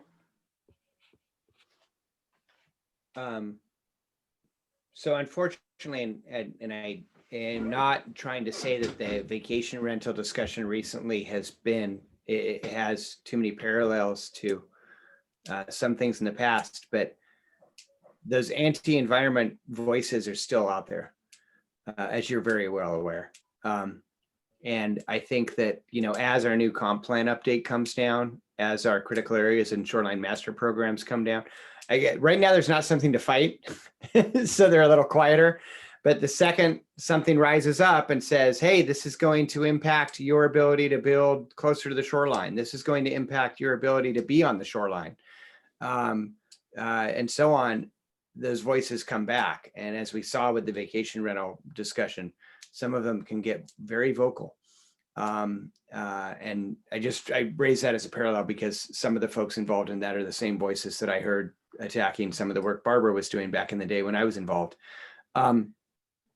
For me, I just continue to be concerned that you made two really important points. One, you made a bunch of really important points, but two that I'm just reflecting upon. One is, I'm summarizing what you said, but you were talking about like the county manager or the county council. Basically, the head of the organization must be supportive, period. It's not going to get done if you don't have that. The second thing is you've got to have public support. And so whether we create just a consolidation of some existing positions and create a new department is one thing. And then whether that's headed by an appointed person or an elected is another. In my work in Fiji, somebody said something recently that struck me as extremely profound. They said the greatest threat to climate action is poverty. And what they meant was, whenever there's a cyclone or another impact on their economy and everybody's out of work, the marine protected area they just created, everybody knows where the biggest fish are. So all the locals go and they hammer it. And you know, everybody says we should be zero plastics, but when you don't have good running water, you're going to go, you know. So if your economy is thrashed, your prioritization is very different, right? And so the reason I bring that up is, for me, caring about the environment is a luxury, unfortunately, to most people, and particularly politicians. And so whether it's a county manager who answers to a council, or whether it's the council that's directly overseeing a new department, how do we get them to prioritize climate action and the environment over Everything else? Public health or planning? Or we just heard from, you know, our planning director that what keeps her up at night is permits, building permits taking 20 weeks to be approved. There's been a push on that in the planning department. You remember, like, damn it, get the permits out the door. And so how do we prioritize this on top of other things? Yeah, And I think that is the fundamental question for our entire world right now, you know, and You're not, so you don't have an answer? we're gonna solve it right here, right now. Oh, No, I have been also thinking about, it's not answering your question directly, but, I keep circling around this. Okay, what's a better way to try to organize ourselves to deal with these sticky wickets? And, it's like, okay, would something more like the conservation district, be the right answer? Because in a lot of ways, the conservation district has been allowed to they kind of ebb and flow. Sometimes they do better than others. Sometimes they're more successful than others. And, but they've been able to tackle certain things really well. And then some things have not, obviously. So, but is that a better, way to look at this? Because they have some independence, but then again, how do you get, if you're outside the county, how do you provide any pressure to the county? And that's always the rub, is if you're outside of it completely, I'm not sure you have any power. Unless, again, you have public support and clamoring for this, which you need no matter what, whether you're in the county or outside the county. can I make a comment again? Sure, and then let's hear from Sharon. To that end, let's take the justice discussion. So huge public outcry last year on BLM. Everybody freaking out. A group comes together and says, here's the ordinance that must be passed. They bring it to the county council, and what comes out the back end is a resolution, not an ordinance, and a resolution that is totally watered down from the original draft. And I don't see, I don't know, maybe I'm just becoming a skeptic or something, but I worry about the prioritization. Sharon? Yeah, I don't know that much about the conservation district, and it certainly may be something to consider. I'm just concerned because they just eliminated Ryan Palmetier's position, which I thought was a really important position, and he was doing so much work on renewable energy and energy efficiency in the county. So I just have some doubts about it. Would be interested to learn more. Yeah, and I think the conservation district, I'm not sure it's a really good example, because the way that they oh gosh, the way that their board is, are they board, or the councilors, or the commissioners, I don't recall now, but how they're elected is basically people have to know that election's coming up and request a ballot. I mean, it's not very public, and it's not obvious how people participate. And so that's actually that's a functional problem with the conservation district and how it's done, and how you hold those folks accountable is really challenging, because most people don't even know, about their processes and how they work. I mean, they don't even know how to plug in, let alone, what it is that they're doing. So, again, it's not probably the best example, but it's an example of an entity that has some ties to the county infrastructure, but is yet separate from it. And so there may be some benefits of looking at that model. I'm not saying that it's the model. I'm saying that there may be some aspects of it that might be worth considering. Yeah, I was actually thinking about how I'm not, in the old days, there was a time when the Fish and Wildlife Director was appointed by the Fish and Wildlife Commissioners. I'm not sure, and those commissioners were appointed by the governor.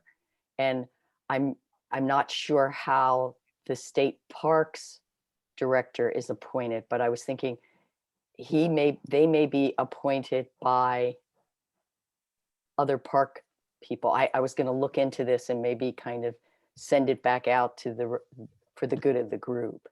Sharon, Yeah, did you have something else? Sorry. Okay. Yes, Barbara. So the other example I've been thinking about is, again, I don't think it's been a super successful example, but it's one to learn lessons from, is the Puget Sound Partnership and how that's been incorporated within the state at the state level. Because their bailiwick is about natural resources and preserving Puget Sound, and there have been many times, as somebody who's worked extensively with the Puget Sound Partnership, where it was pretty clear that being within county government, or not county, sorry, state government was not a benefit, but then there were times where it was a benefit. And I think that's fundamentally the problem, is there are times when it's going to be beneficial and times where it's not. And where it wasn't, I felt like the Puget Sound Partnership, where I thought that they lacked a certain amount of power, is in advocacy. Being within the state government at a department in the government, they could not be advocates for Puget Sound and the natural resources. And they had to try to do like soft power with other entities and organizations, not-for-profits, et cetera, who were potentially able to provide pressure in some ways or organize people to respond. Again, it was tricky at times, but by the same token, I look at and I'm thinking, well, who's going to hold ecology's feet to the fire when they're not doing their part? Who's going to hold Department of Fish and Wildlife's feet to the fire when they're, as they're going through their permitting process and not really, doing what they're supposed to be doing? So it's, this is one of those questions everybody at every level, I think, is asking. Kevin, you had a question or a thought? Just a thought, you're describing the difference between our state Department of Natural Resources and Department of Ecology or Puget Sound Partnership. So DNR, when you've got, Hillary, who's a badass and extremely vocal and will let you know when you're doing it wrong. And I've seen her stand up to the governor. I've definitely seen her stand up to legislators and just say, this is it. And because she's independently elected, she answers to the voters next round. Whereas, we both know some of the wonderful people at PSP, at Puget Sound Partnership, who come in and say, this is a total priority. And the governor says, not for me. Or the legislature says, not for me. And the discussion's done. Right. And I think you've pointed to one of the fundamental things is if, something like the climate commissioner is elected, it all depends on who ends up being in that role, and well, even within a department too. I mean, a lot of it does depend on the person who's in it, because there are things that you can do, having worked in business across, I was a program manager at Microsoft, and you had to pull, your crew, basically your staff for different projects, from different silos, and you had to work across those silos. And, you didn't have direct authority over that person, but once they were on your team, you got to help participate in their evaluation and how they were considered successful or not. And so there was that, okay, well, if I don't do my part in this project, then I am going to get dinged in some way. But ultimately, I report to, my manager. I don't report to the project manager. So, it's just one example of how you have to, finagle things and set it up for success, hopefully, where there is some power to the person who's trying to get things done, but they don't have ultimate authority.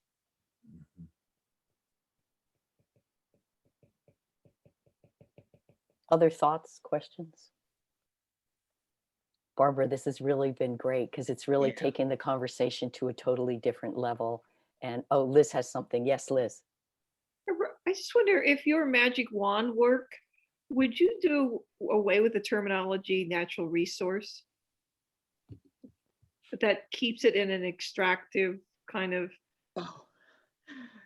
Environmental something. Yeah, probably, maybe. Yeah, I understand what you're saying. I'm, yes and no. I mean, I think natural resources in some way people know what you mean by that, but you're right. There is kind of an extractive, aspect to that.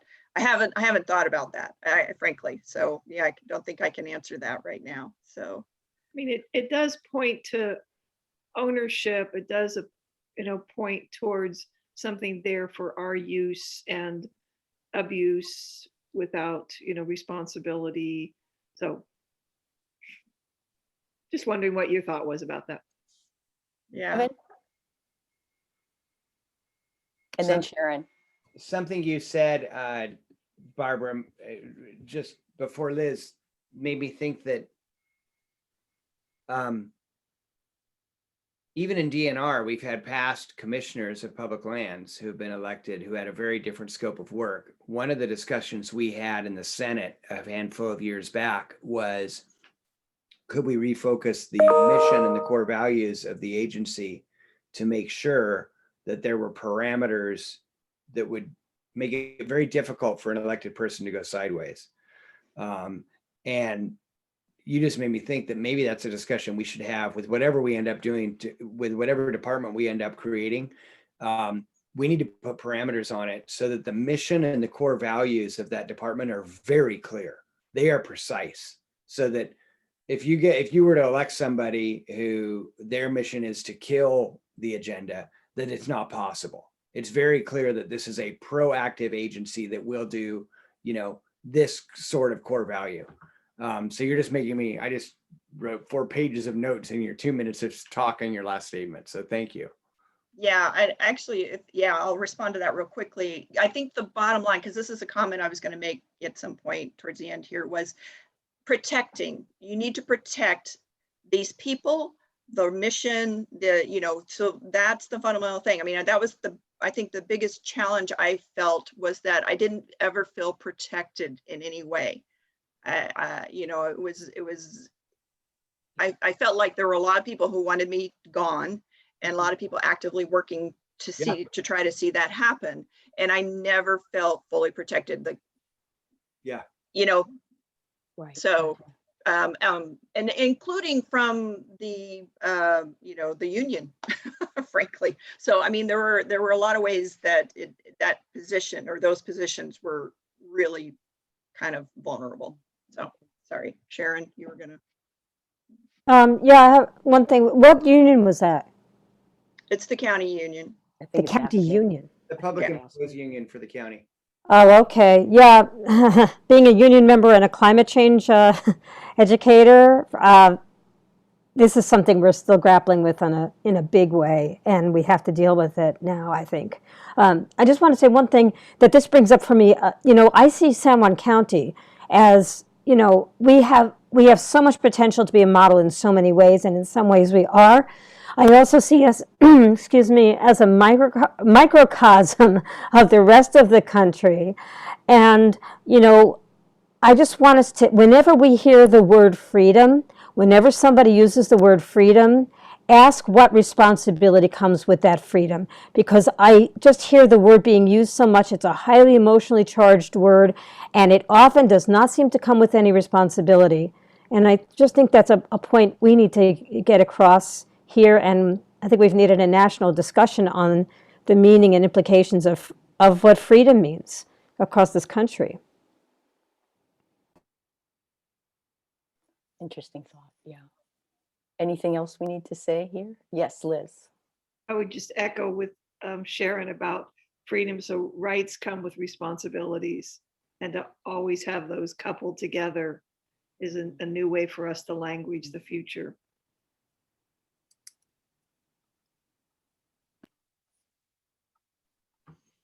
Any more comments? Barbara, thank you. Yeah, thank you. And Kevin, I like the idea of having some, boundaries or, things that you can't go past, or go beyond.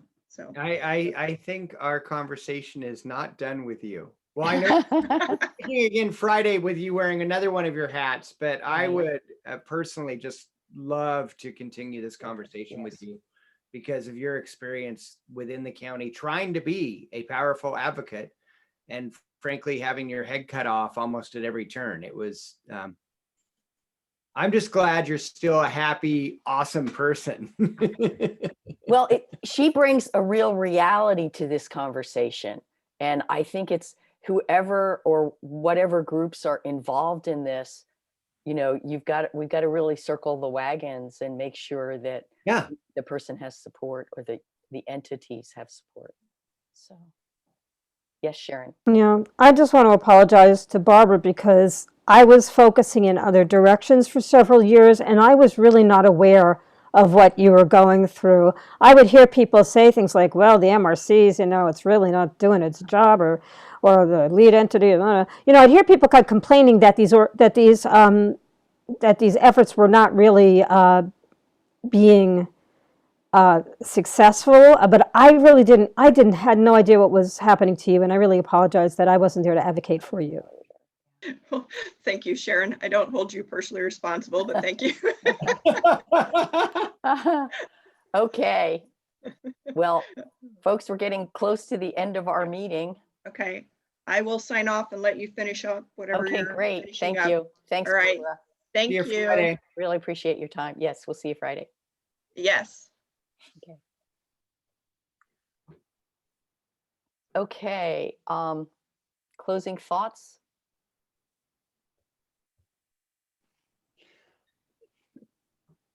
Yes, Liz. Tom, I don't know if this is fair or not, but I am always curious of what your thoughts are.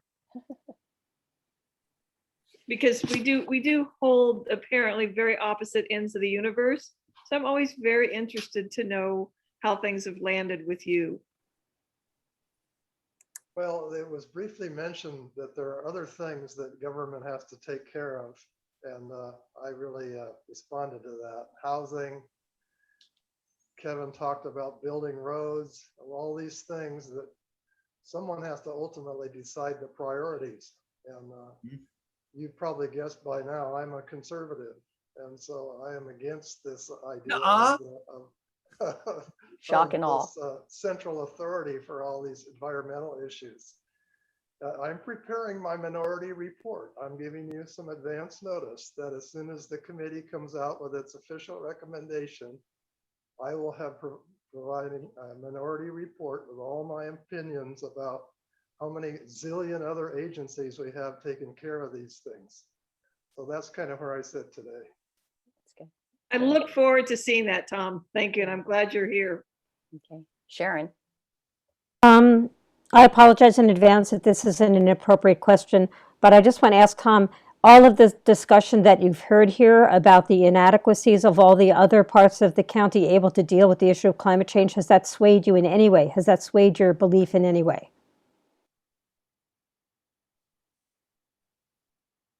No, Sharon, your microphone system is not working well with me. I don't know about the others, but I really couldn't get the gist of that question. Could you boil it down again? Is this better? It's a little too close, maybe. Too close. How's Is that? that That's okay better. right there? That's probably better. Yeah. Yeah, I just want to know, Tom, if the discussions we've been having about the apparent inability of the various departments in our county government to address the issue of climate change and really act on it, have those discussions swayed your point of view in any way?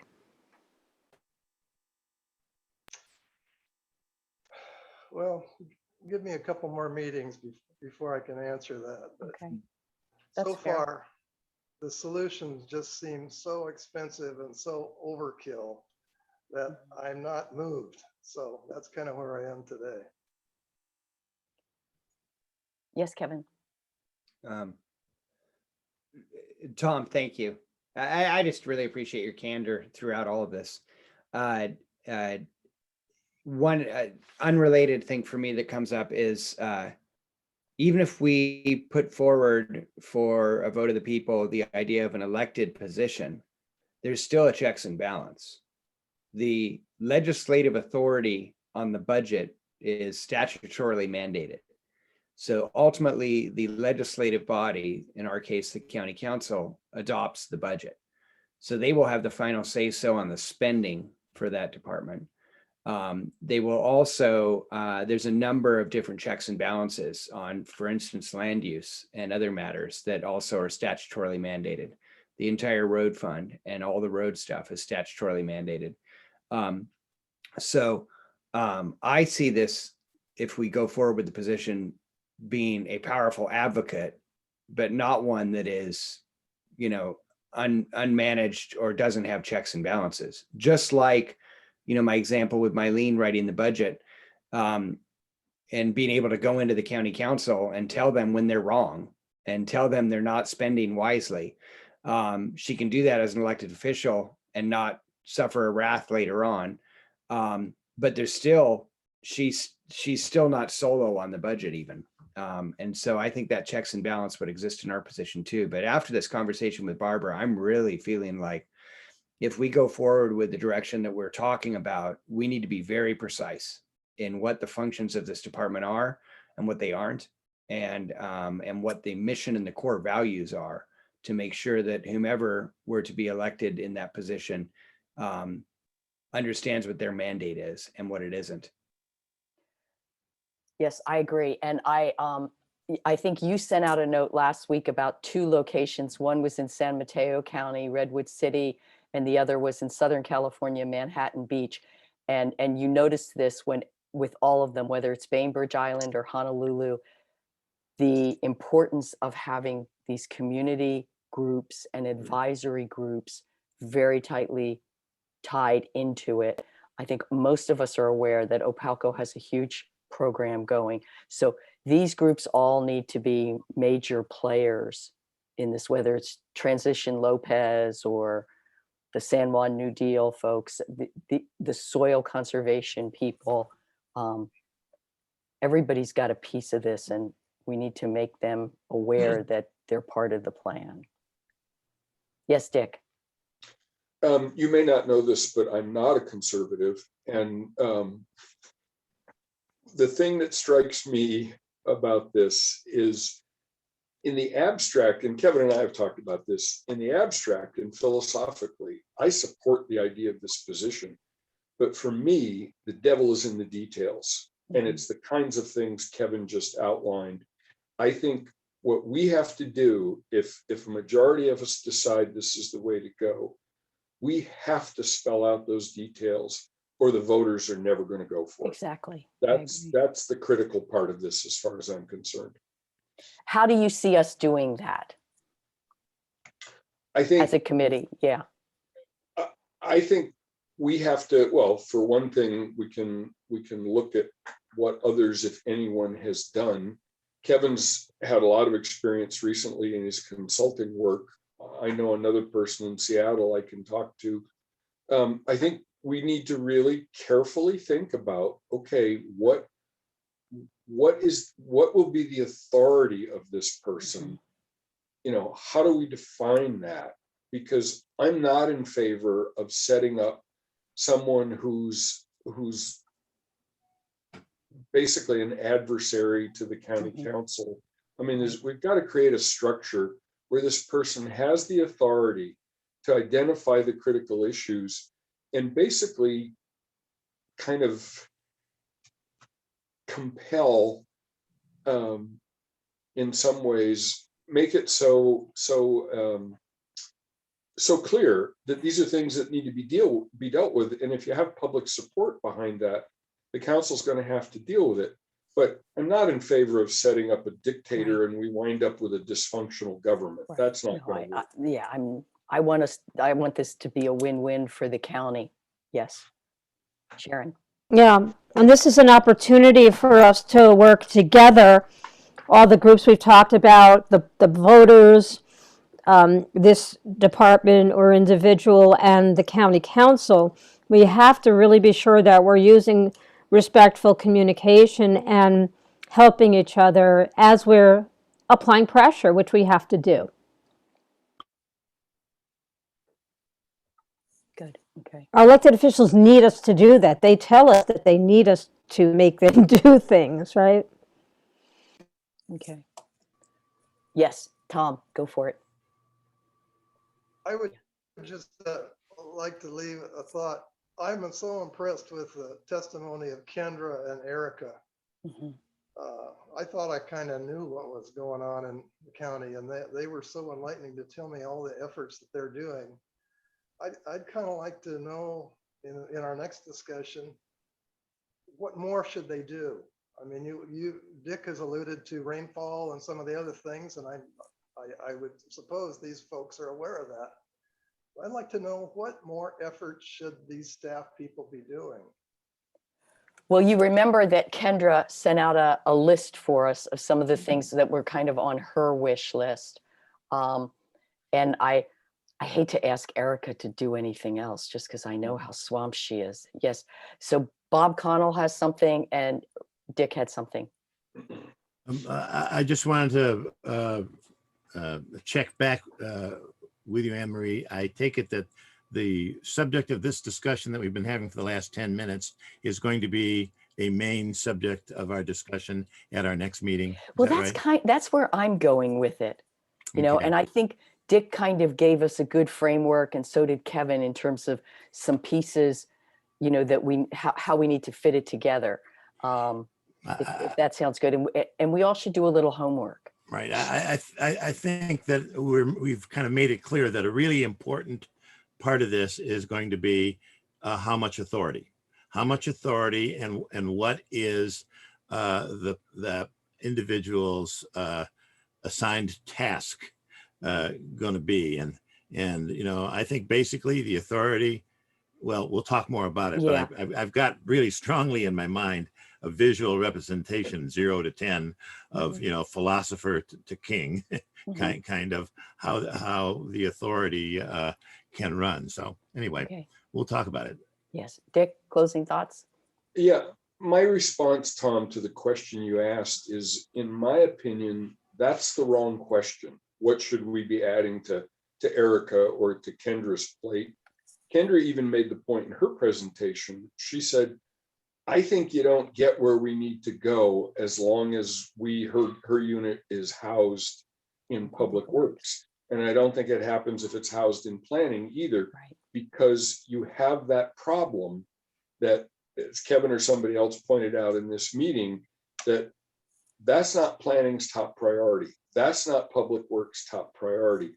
I saw that in 20 years in Department of Ecology, where it was really clear so many times what we needed to do, but we couldn't get there. It's the point Kevin made about Hillary Franz and DNR, just that whole different structure. And I think we are never going to get where we need to go. And I do think climate is the critical issue facing the entire planet. We're not going to get where we need to go as a county unless we create an entity that can really push some of this with limited restrictions. And it's how we define those restrictions. That's the key, the devil in the details. Okay. So everybody's going to come back to the next meeting, either having shared a little something with us through email, so we can all talk about their ideas, and I'll work with the two, Kevin and Dick, on kind of how we set up our conversation. Kevin, you had a closing thought. We're in overtime. Yeah, just process wise, I think it's going to be really important for this committee to make a decision that we're heading in a certain direction soon, so that we can start really diving into that. I think there's a hesitancy for us to spend a lot of time diving into it until we know that that's actually what we're going to do. And so I think we need to say, yes, we're doing this. And we could say, yes, we're doing it, and start doing the research and come back and say we've changed our mind because of our research. But I do think it's important that we make that decision so we can start diving in. I thought we made that decision 2 weeks ago. Oh, I didn't know that was the formal 6 or yes. 7 people said, all but one person was supportive of an elected position. So at this point in time, we're going forward.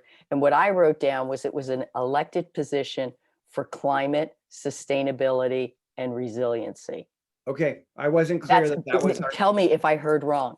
No. I know we took that vote. I wasn't sure. I didn't understand that. We did a roll call. No. Reported it back out to the committee. Sharon pointed out to everybody in the rest of the commission that it was a super majority. So Tom, I'm sorry, but I think we went there. Okay. No, and I now it's just a matter of, can we really make the case for support? You know, and can we package something that voters and the rest of the commission first will support? So yeah, we got to get down the road.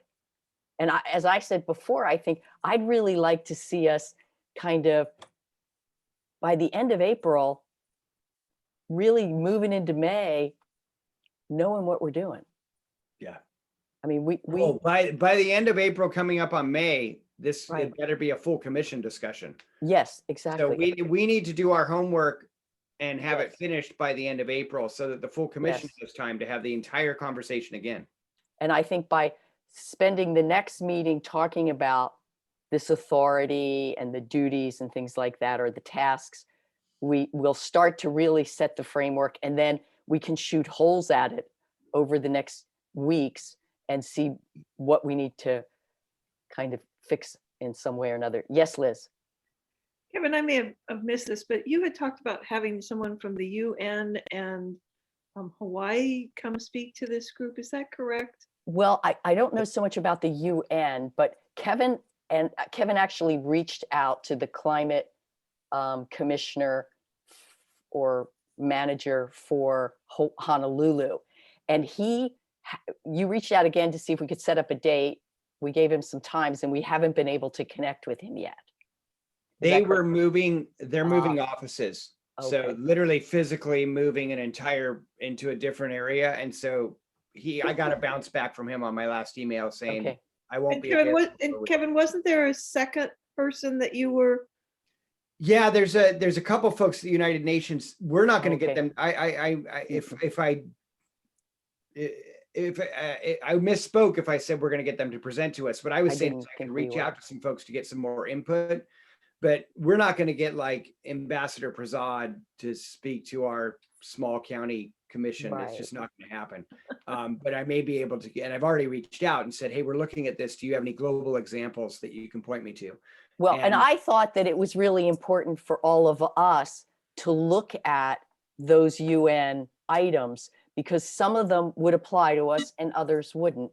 And it gives you some scope in terms of how far we may want to be thinking in a 10-year window.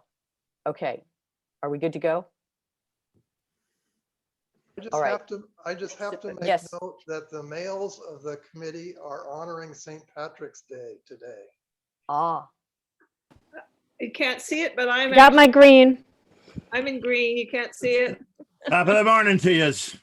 That's the O'Connell. I'm the official representative. So as my grandfather said all the time, who was full-blooded Irish and came over from Ireland when he was young, top of the morning to you and the rest of the day to me. well, I know I have to change my clothes for the meeting this evening then. Yes, Sharon, these are the closing comments for the meeting. Go for it. Okay. Yeah, you better change. You don't want to get pinched. Okay. So I don't know if this is appropriate. I'm going to mention it and tell me if it's inappropriate.